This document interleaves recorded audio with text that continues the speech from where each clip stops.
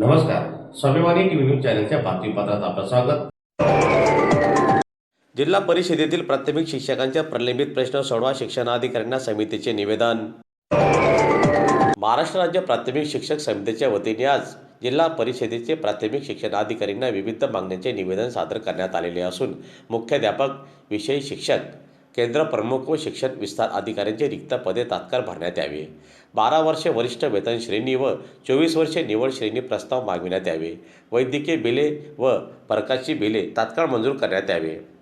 त्याचप्रमाणे शाळेची वेळ 11 ते 5 करण्यात यावी. 1 मार्च 2026 पासून शाळेची वेळ सकाळी 7 ते 11:30 करण्यात यावी.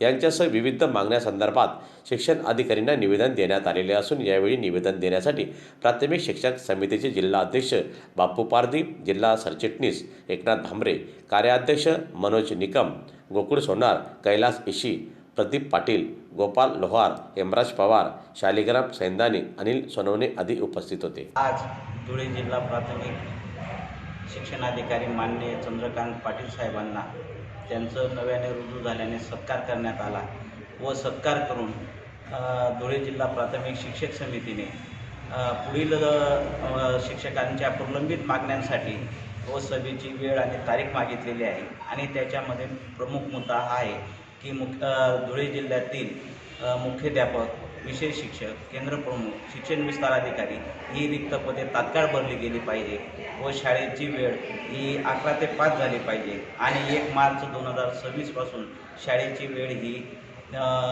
सकाळी 7 ते 11:30 झाली पाहिजे.